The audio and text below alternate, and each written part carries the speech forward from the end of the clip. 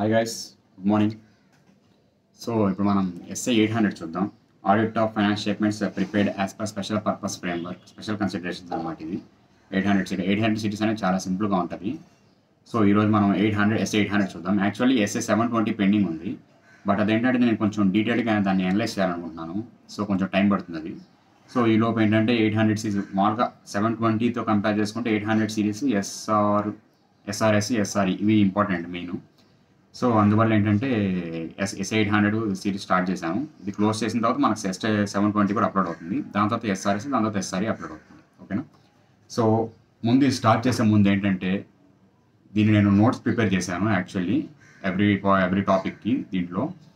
So ఈ notes అనేది ముందు మీ దగ్గర ఉంటేనే నేను చెప్పేది మీకు అర్థమవుతుంది అండ్ చూసినాను కూడా ఈజీగా అర్థమవుతుంది. సో ముందు నేను ఫస్ట్ చూపిస్తాను, పాస్ చేసి రాసుకోవడానికి ట్రై చేయండి.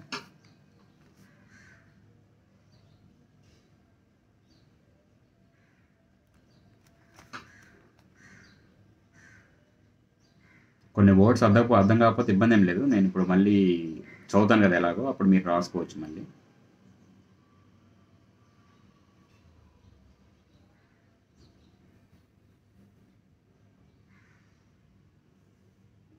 సో ఓకే, ఫస్ట్ ఇంతవరకు రాసుకోండి. దాని తర్వాత నెక్స్ట్ పేజ్లో కొన్ని రాసుకోవాల్సింది, అప్పుడు చూద్దాము. సో ఇక్కడ యాక్చువల్గా మనకి ఎస్ఏ 800 తీసుకొచ్చాక మనకి ఏముంటుందంటే ఫస్ట్ ఎందుకు యాక్సెప్ట్ చేయాలి, యాక్సెప్ట్ చేసిన ప్లానింగ్ అండ్ ప్రొసీజర్ ఏంటి, దాని తర్వాత ఒపీనియన్స్ ఏంటి. సో ప్రతి దాంట్లో మనకి ఏంటంటే ఈ 3 టాపిక్స్ అనేవి కామన్గా టచ్ అవుతాయి అండ్ పెద్ద కాంప్లికేషన్ ఏమి ఉండదు. అండ్ ఇంకోటి స్టార్ట్ చేసే ముందు ఏంటంటే ఏ మెటీరియల్ తీసుకున్నా, ఏ ఆథర్ మెటీరియల్ తీసుకున్నా లేదా ఐసే మెటీరియల్ చూసినా బల్కీగా ఉంటుంది, చాలా బల్కీగా ఉంటుంది. సో నేను ఇది కొంతమంది ఫ్యాకల్టీస్ ఒక లెక్చర్స్ విని అర్థం చేసుకొని సింప్లిఫైడ్గా ప్రిపేర్ చేసింది అన్నమాట. ఇది ఇన్కేస్ క్వశ్చన్ ఇచ్చినా ఇదే విధంగా రాసినా సరిపోతుంది, అంతకుమించి అడిషనల్ ఇన్ఫర్మేషన్ ఏమి రాయాల్సిన అవసరం లేదు, సరిపోతుంది. ఎందుకంటే ఇక్కడ మెయిన్ అడిగేది అంటే ప్లానింగ్ అండ్ ప్రొసీజర్స్, ఒపీనియన్స్ మాత్రం అడుగుతారు. ఈ యాక్సెప్టెన్స్ ఇవన్నీ ఏంటంటే ఎస్ఆర్ఎస్, ఎస్ఆర్ఈ వీటిలో అడుగుతాడు. ఇక్కడ ఏంటంటే అంత కాంప్లికేషన్ ఉండదు ఎస్ఏ 800లో.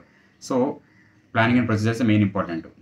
నేను ఇప్పుడు ఏ విధంగా చూపించానో అదే విధంగా రాసినా కానీ మనకు ఫుల్ మార్క్స్ అనేవి పడతాయి, ఇబ్బంది ఏం లేదు. సో ఇప్పుడు స్టార్ట్ చేద్దాం. Special purpose framework. ముందు అసలు ఈ special purpose framework, general purpose framework అంటే మీకు ఆల్రెడీ చెప్పాను. ఏంటి జనరల్ పర్పస్ ఫ్రేమ్వర్క్ అంటే applicable financial reporting framework in which it is prepared for the common users to find the to fulfil the financial information needs.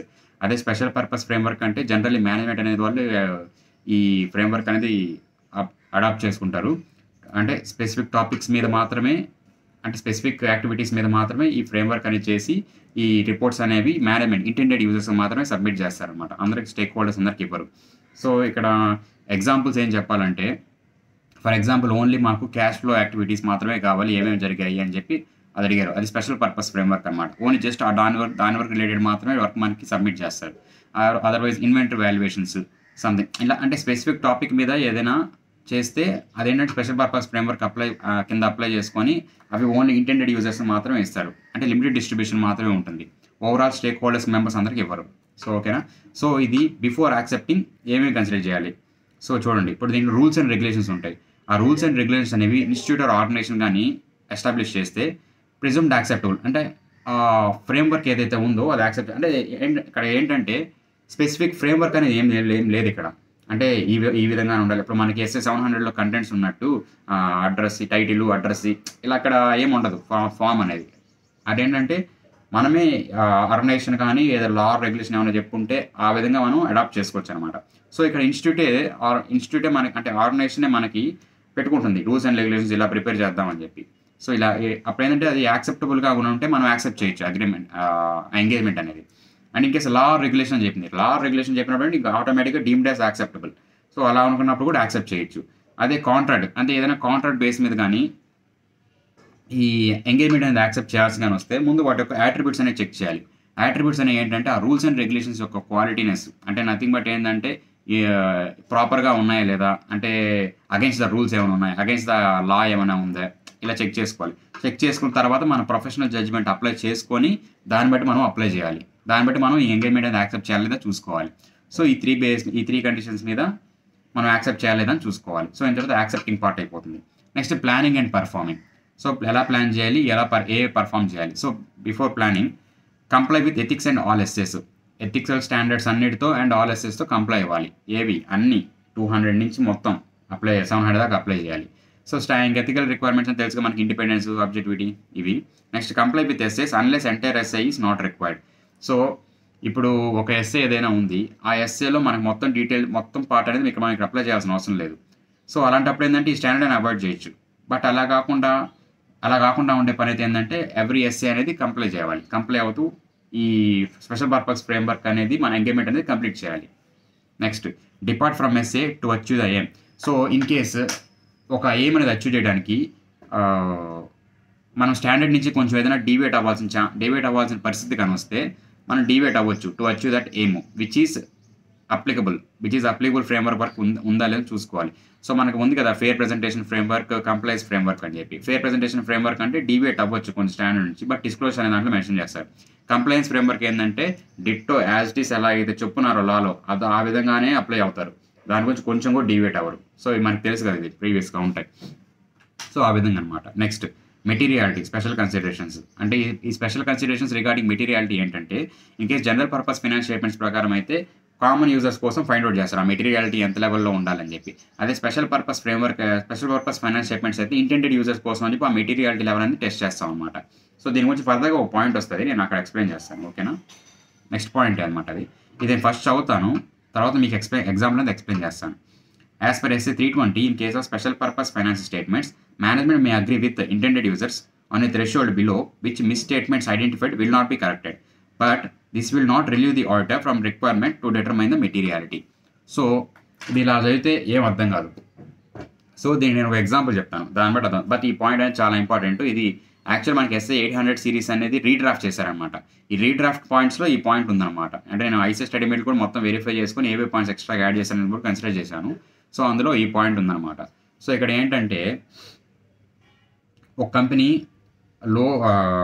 Loan provide చేసే వాడితో అగ్రిమెంట్లోకి enter అయింది. ఏమని, special purpose finance statements prepare చేస్తామని. అంటే ఆ లోన్కి ఏదైతే కావాలో ఆ స్పాట్స్ అన్ని మనం ఆ ఎలిమెంట్స్ అన్ని మనం కన్సిడర్ చేసి ఒక స్పెషల్ పర్పస్ ఫైనాన్స్ స్టేట్మెంట్స్ అని ప్రిపేర్ చేస్తాము అని చెప్పి లోన్ ఇచ్చే వాడితో లోన్ అగ్రిమెంట్ ఎంటర్ అయింది. సో ఇక్కడ ఏమైందంటే దాంతోపాటు ఏమైందంటే మేనేజ్మెంట్ లోన్ అగ్రిమెంట్ ప్రొవైడ్ చేసే లోన్ ఇచ్చేవాడితో ఏ అగ్రిమెంట్లోకి ఎంటర్ అయిందంటే ఇన్ కేస్ ఏదైనా మిస్స్టేట్మెంట్ అనేది లెస్ దెన్ 10,000 కానీ ఉంటే ఆ ఫైనాన్షియల్ స్టేట్మెంట్స్లో కరెక్ట్ చేయాల్సిన అవసరం లేదని చెప్పాడు ఎవడు, ఆ లోన్ ఇచ్చేవాడు. ఎవరికి? మేనేజ్మెంట్కి. సో ఇక్కడ ఏమైపోతుంది, మేనేజ్మెంట్ ప్రిపేర్ చేసిన ఫైనాన్షియల్ స్టేట్మెంట్స్లో అంటే స్పెషల్ పర్పస్ ఫైనాన్షియల్ స్టేట్మెంట్స్లో ఇన్ కేసు ఒక మిస్స్టేట్మెంట్ ఏదైనా సరే లెస్ దెన్ 10,000 అంటే 9,999 ఉండొచ్చు ఉంటే అది ఫైండ్ అవుట్ చేశారు. అయినా కానీ ఏం చేస్తున్నారు, అది కరెక్ట్ చేయాల్సిన అవసరం లేదు ఫైనాన్స్ స్టేట్మెంట్స్లో. బికాజ్ వీళ్ళిద్దరి మధ్య లోన్ అగ్రిమెంట్ అనే దాంట్లో ఉంది. ఏమని చెప్పున్నారు, లెస్ దెన్ 10,000 కానీ ఉంటే మీ స్టేట్మెంట్ అనేది కరెక్ట్ చేయాల్సిన అవసరం లేదని చెప్పి.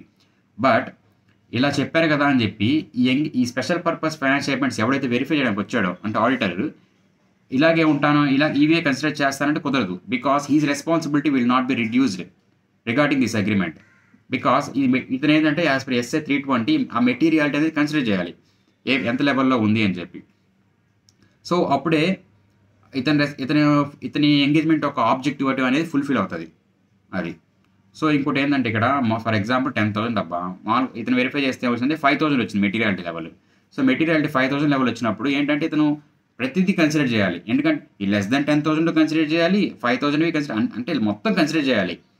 బికాస్ అతని మెటీరియాలిటీ లెవెల్ అనేది when he calculated the materiality level అతనికి 5,000 అనేది లిమిట్ వచ్చింది. అంటే 5,000 వరకు యాక్సెప్టబుల్. 5,000 దాటిందంటే మాత్రం మెటీరియాలిటీ లెవెల్ అని కన్సిడర్ అవుతుంది. సో మెటీరియాలిటీ అంటే ఆ ట్రాన్సాక్షన్స్ ఏవైతే ఉన్నాయో విచ్ ఎక్సీడ్స్ 5,000 అవన్నీ కన్సిడర్ చేయాలని చెప్పి అనుకుంటాడు. సో కాబట్టి ఏమవుతుంది, ఈ less than 10,000 and greater than 5,000 transactions ఏవైతే ఉన్నాయో అవన్నీ కన్సిడర్ చేయాలి. అప్పుడే అప్పుడు అతని రెస్పాన్సిబిలిటీ అనేది ఫుల్ఫిల్ అవుతుంది యాజ్ పర్ SA 320. ఇది ఎగ్జాంపుల్ అనమాట. సో ఇప్పుడు ఈ క్లారిటీతో మళ్ళీ చూద్దాం ఒకసారి. As per SA 320, in case of special purpose financial statements, management may agree with intended users on a threshold below which misstatements identified will not be corrected. So చూడండి, management agree with intended users. So ఈ agreement ఎవరికి ఇవ్వాలి, ఈ loan agreement వాడికి ఇవ్వాలి, ఎవరు loan provide చేసేవాడికి. On a threshold below which misstatements identified will not be corrected. అంటే థ్రెషోల్డ్ ఒక లిమిట్ దాకా ఏంటంటే మిస్టేట్మెంట్స్ ఐడెంటిఫై చేసినా కానీ కరెక్ట్ చేయరు. But this will not relieve the auditor from requirement to determine materiality. So అయినా ఈ అగ్రిమెంట్ ఉన్నా కానీ ఆడిటర్ యొక్క responsibility to determine the materiality అనేది రిడ్యూస్ అవ్వదు. సో ఇది పాయింట్ అన్నమాట, ఇంపార్టెంట్ పాయింట్ చాలా. ఖచ్చితంగా ఆ పాయింట్స్ ఎగ్జామ్లో రాయాలి. సో నెక్స్ట్ ఒక 2 పాయింట్స్ ఉన్నాయి, అయిన తర్వాత మళ్ళీ నోట్స్ చూపిస్తాను, రాసుకోండి. Next communication with TCWG. ఏవైనా ఫైండింగ్స్ అనేవి కానీ దొరికితే టీసీడబ్ల్యూజీతో కమ్యూనికేట్ అవ్వాలి. Next general purpose finance statements and special purpose finance statements persons responsible to prepare might not be the same. So ఇక్కడ ఏంటంటే general purpose finance statements prepare చేసేవాళ్ళు వేరే వాళ్ళు ఉండొచ్చు, special purpose finance statements prepare చేసేవాళ్ళు వేరే వాళ్ళు ఉండొచ్చు, ఒకరే కూడా అయి ఉండొచ్చు. బట్ ఇక్కడ ఏంటంటే might not be the same అంటే ఒకరే అవ్వాల్సిన నీడ్ లేదు అని చెప్పి అంటున్నాడు.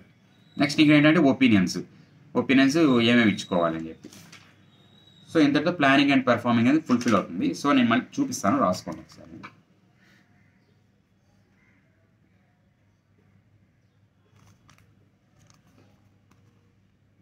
కనిపిస్తుందా?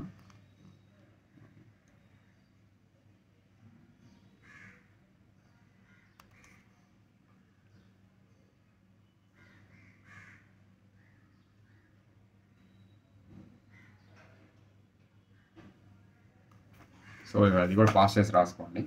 సో ఇంతటితో మనకి యాక్సెప్టింగ్ ఒకటి, ప్లానింగ్ అండ్ పెర్ఫార్మింగ్ అయిపోయింది. సో ఎక్కువగా అడిగితే ప్లానింగ్ అండ్ పెర్ఫార్మింగ్ అడతాడు. నెక్స్ట్ టాపిక్ కూడా ఏంటంటే డిస్క్రిప్షన్ ఆర్టర్స్ రిపోర్ట్ అడుగుతాడు. సో డిస్క్రిప్షన్ ఆర్టర్స్ రిపోర్ట్ అంటే ఇక్కడ మామూలుగా ఏంటంటే మనం వెరిఫై చేయాల్సిన ఏంటి అండ్ ఫార్మ్ అండ్ కంటెంట్స్ అంటే దాంట్లో ఏం ఉండాలి అని చెప్పి పాయింట్స్ ఉంటాయి అన్నమాట. ఫస్ట్ ఏం ఎవాల్యుయేట్ చేయాలో చూద్దాం. Finance statements adequately refer to applicable financial reporting framework. అక్కడ AFRFW ఉంది కదా, అప్లికబుల్ ఫైనాన్షియల్ రిపోర్టింగ్ ఫ్రేమ్వర్క్ అనమాట అది. సో ఫైనాన్స్ స్టేట్మెంట్స్ అనేవి ఏవైతే ప్రిపేర్ చేస్తారో applicable financial reporting framework debate అవ్వకూడదు, దాంతో ఎగ్జాక్ట్ మ్యాచ్ అవ్వాలి ఆ point. Next finance statement prepared as per the contract are adequately prepared. In case contract ప్రకారం అయితే మీకు ఆల్రెడీ చెప్పాను check attributes and apply professional judgement అని చెప్పి ఇన్ కేస్ కాంట్రాక్ట్ ప్రకారం మనం ప్రిపేర్ చేస్తుంటే అడిక్వేట్గా ప్రిపేర్ చేశారా లేదా చూసుకోవాలి, అది ఎవాల్యుయేట్ చేయాలి ఫస్ట్. దాని తర్వాత ఫార్మ్ అండ్ కంటెంట్స్, దాంట్లో ఏ మ్యాటర్స్ అనేవి ఉండాలి. Describe the purpose and intended users. అసలు ఈ స్పెషల్ పర్పస్ ఫైనాన్స్ స్టేట్మెంట్స్ అని ఎందుకు ప్రిపేర్ చేస్తున్నాం, ఇంటెండెడ్ యూజర్స్ ఎవరు. సో మన ఎగ్జాంపుల్లో స్పెషల్ పర్పస్ ఫైనాన్స్ స్టేట్మెంట్స్ ఎందుకు ప్రిపేర్ చేస్తున్నాం, లోన్ కోసం ప్రిపేర్ చేస్తున్నాం. ఇంటెండెడ్ ఎవరు సార్, ఆ లోన్ ఎవడైతే ఇస్తున్నాడో వాడు. If the choice is given to management, reasons for selection of that in determining applicable financial reporting framework. So ఈ applicable financial reporting framework different frameworks ఉంటాయి. ఆ ఫ్రేమ్వర్క్స్లో మేనేజ్మెంట్ ఈ ఫ్రేమ్వర్కే ఎందుకు చూస్ చేసుకుంది అనే దానికి రీజన్స్ అనేవి మెన్షన్ చేయాలి మనం, ఓకేనా, అదొకటి. Next SA 701 applies entirely. So ఈ పాయింట్ చిన్న పాయింట్స్ అర్థం కాదు, మీరు ఒక ఎక్స్ప్లెనేషన్ రాసుకోండి నేను చెప్పిన తర్వాత. ఏంటంటే SA 701 అనేది ఏంటి, key audit matter. Key audit matter అనేది మామూలుగా ఇంతకుముందు ఈ పాయింట్ లేదు, ఇప్పుడు కొత్తగా తీసుకొచ్చారనమాట. ఇదో పాయింట్, ఇలాగే సేమ్ SA 720కి 570కి ఇలా తీసుకొచ్చారనమాట. వీటన్నిటి యొక్క సారాంశం ఏంటంటే జనరల్ పర్పస్ ఫైనాన్స్ స్టేట్మెంట్స్లో ప్రిపేర్ చేసినప్పుడు మనం అప్లై చేసే ఎస్ఎస్ ఏవైతే ఉంటాయో వాటి గురించి కావాలంటే అదే కీ ఆడిట్ మ్యాటర్స్ అనేవి ఈ స్పెషల్ పర్పస్ ఫైనాన్స్ స్టేట్మెంట్స్ కూడా in case of audit professional జడ్జ్మెంట్లు ఇంపార్టెంట్ గా అనిపిస్తే ఇక్కడ కూడా మెన్షన్ చేయొచ్చు. అంటే మొత్తం ఎంటైర్లీ అప్లై అవుతుంది స్పెషల్ పర్పస్ ఫైనాన్షియల్ స్టేట్మెంట్స్ కూడా అని చెప్పి ఈ పాయింట్ యొక్క ఉద్దేశం అనమాట. సో ఆ విధంగా మీకు ఎలా నచ్చితే అలా రాసుకోండి. మనం రాయాల్సింది ఏంటంటే SA 701 అప్లైస్ ఎంటైర్లీ అని రాయాలి. Next, if appropriate can disclose the matters of general purpose finance statements in special purpose finance statements as per SA 706. SA 706 ఏంటంటే emphasis of matter paragraph and other matter paragraph. So చెప్పాను కదా same 720 570 next ఇది ఇప్పుడు చెప్పింది SA 701 720 ఇవన్నీ matters ఏంటంటే ముటాండిస్ లాగా applicable అవుతుంది అనమాట ఇక్కడ. సో ఇక్కడ ఏంటంటే ఎంఫసిస్ ఆఫ్ మ్యాటర్ పారాగ్రాఫ్లో ఏది జనరల్ పర్పస్ ఫైనాన్స్ స్టేట్మెంట్స్లో ఉన్నాయో అదే కావాలంటే స్పెషల్ పర్పస్ ఫైనాన్స్ స్టేట్మెంట్స్లో కూడా యాజ్ పర్ SA 706 అనేది డిస్క్లోజ్ చేయొచ్చు అన్నాడు. ఫర్ ఎగ్జాంపుల్ ఏంటంటే material uncertainty relating to the going concern. So ఆ పాయింట్ అనేది వెరీ ఇంపార్టెంట్ కాబట్టి ఆ పాయింట్ అనేది కావాలంటే ఇక్కడ మెన్షన్ చేయొచ్చు. So these are the descriptions in audit report. Evaluation చెప్పాము, అప్లికబుల్ ఫైనాన్షియల్ రిపోర్టింగ్ ఫ్రేమ్వర్క్ లాగా అడిక్వేట్గా ఉండాలి. యాజ్ పర్ కాంట్రాక్ట్ కానీ ప్రిపేర్ చేస్తుంటే అడిక్వేట్గా ప్రిపేర్ చేసి ఉండాలి. నెక్స్ట్ ఫార్మ్ అండ్ కంటెంట్ వచ్చేదానికి ఏంటంటే డిస్క్రిప్షన్ ఏంటి అండ్ ఇంటెండెడ్ యూజర్స్ ఎవరు, వాటి పర్పస్ ఏంటి అని చూసుకోవాలి. నెక్స్ట్ ఏంటంటే మేనేజ్మెంట్ కానీ చాయిస్ కానీ ఇస్తే for choosing the applicable financial reporting framework what are the reasons for that, అదొకటి. Next 701 applies entirely and 706 also will applies. But ఎగ్జాంపుల్స్గా ఏం రాసుకోవచ్చు అంటే material uncertainty related to the going concern assumption అది రాసుకోవచ్చు. So this is the description. Next alerting users. ఈ alerting users ఏంటంటే alerting readers.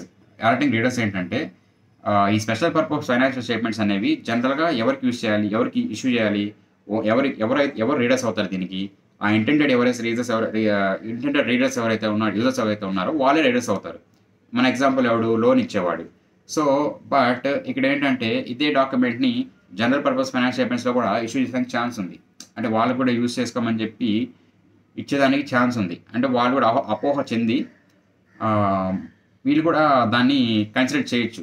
So ఇలాంటి మిస్అండర్స్టాండింగ్ అనేది రాకూడదు కాబట్టి మనోడు ఏంటంటే రిపోర్ట్ ప్రిపేర్ చేసేటప్పుడు దాంట్లో ఈ కాలమ్ అని స్పెసిఫిక్గా మెన్షన్ చేయాలి, అలర్టింగ్ రీడర్స్ అని చెప్పి. సో దాంట్లో ఏం మెన్షన్ చేస్తారంటే ఈ special purpose finance statements whichever are prepared are only useful to intended users అని మాత్రం ఇస్తాడు. సో ఆ పాయింట్ని ఖచ్చితంగా మెన్షన్ చేయాలి. సో మనం ఏం రాయాలి, alerting readers special purpose finance statements may be used for purpose other than those intended. జనరల్గా మేబీ అన్నాడు. Okay, to avoid misunderstanding. So అందుకే నీ మిస్అండర్స్టాండింగ్ అవాయిడ్ చేయడానికి alert the users in emphasis of matter paragraph. ఈ emphasis of matter పారాగ్రాఫ్లో మనోడు mention చేయాలి not report. ఇలాగ ఇది ఓన్లీ ఇంటెండెడ్ యూజర్స్ కోసం మాత్రమే అని చెప్పి. Next, restriction on distribution. Indicate in orders report it is intended సోన్లీ for specific users. So ఇదేంటంటే డిస్ట్రిబ్యూషన్ కూడా జనరల్ పబ్లిక్ కూడా డిస్ట్రిబ్యూట్ చేస్తారంటే కుదరదు. సో ఈ స్పెషల్ పర్పస్ ఫైనాన్షియల్ స్టేట్మెంట్ కాబట్టి prepared as per special purpose framework కాబట్టి ఇదేంటంటే ఓన్లీ ఇంటెండెడ్ యూజర్స్ కోసం మాత్రమే అని చెప్పి ఆ పాయింట్ కూడా మెన్షన్ చేయాలి. రెస్ట్రిక్షన్ ఆన్ డిస్ట్రిబ్యూషన్, అది restriction on distribution or restriction on use ఏదైనా కానీ. సో ఇది ఓన్లీ స్పెసిఫిక్ యూజర్స్ మాత్రమే అని చెప్పి మనోడు ఒక పాయింట్ మెన్షన్ చేయాలి. So this is SI 800 audit of financial statements prepared as per special purpose framework. So మనం ఏం చూసాం, యాక్సెప్టింగ్ చూసాం, ప్లానింగ్ అండ్ ప్రొసీజర్స్ చూసాము, next description and form and report చూసాము, అలర్టింగ్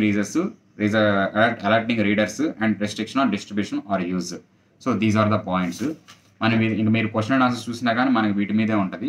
బట్ నేనేమన్నా స్ట్రిక్ట్లీ ఈ నోట్స్ వరకే ఉండండి, బికాజ్ దిస్ ఈజ్ ఈజీ. మనం మీరు ఇది కాకుండా స్టడీ మెటీరియల్ చదవాలన్నా, వేరే ఆథర్స్ మెటీరియల్ చదవాలన్నా కానీ వైడ్గా ఉంటుంది. అండ్ అర్థమయ్యేదానికి కూడా అర్థమయ్యేదానికి కూడా చాలా టైం పడుతుంది. నేను ఇది మెయిన్లో ప్రిపేర్ చేసి వచ్చి రామహర్ష సార్ బుక్ చూసి దాంట్లో ఉండే కంటెంట్, మామూలుగా సార్ బుక్లో ఫుల్ కంటెంట్ ఉంటుంది, ఆ కంటెంట్లోంచి నేను ఎక్స్ట్రాక్ట్ చేసి మనకి ఏ పాయింట్స్ ఇంపార్టెంట్ అని చెప్పి నేను ప్రిపేర్ చేశాను అన్నమాట ఇది. సో దీనికి రెస్ట్రిక్ట్ అయితే బాగానే ఉంటుంది, ఇబ్బంది లేదు. నేను చదువుకుంటా అంటే ఓకే, దట్స్ ఓకే. బట్ ఏంటంటే టైం వేస్ట్ అనవసరంగా, దీనివల్ల సరిపోదు. నేను ఇలాగే SA 810కి 805 కూడా ప్రిపేర్ చేశాను. సో మనం నెక్స్ట్ వీడియోలో డిస్కస్ చేసినప్పుడు ఏంటంటే దాని గురించి కూడా మాట్లాడుకుందాం. ఓకేనా? ఓకే మరి, థ్యాంక్ యూ.